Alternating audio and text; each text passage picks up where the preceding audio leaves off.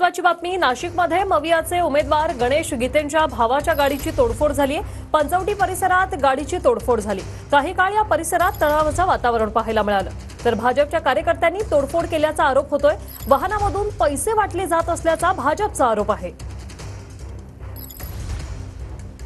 खूप चिंताजनक आहे। आपण असं करूया, आता सभा वगैरे सोडा, आधी आपल्या माणसाची सुरक्षितता महत्वाची आहे। आपल्याला हे अतिशय वाईट आणि गलिच्छ राजकारण चाललंय, हे वाईट आहे। पहिलं पोलीस स्टेशनला जायचं, सभेला आपण दुसरे लोक जातील, आपल्या कुटुंबातली माणसांवर असे हल्ले होणार, आपण खपून घेणार नाहीये। काय करतायत पोलीस? मग चला सरळ आता सभेच्या ठिकाणी नाही जायचं। दादा तुमचं नाव काय? सतीश।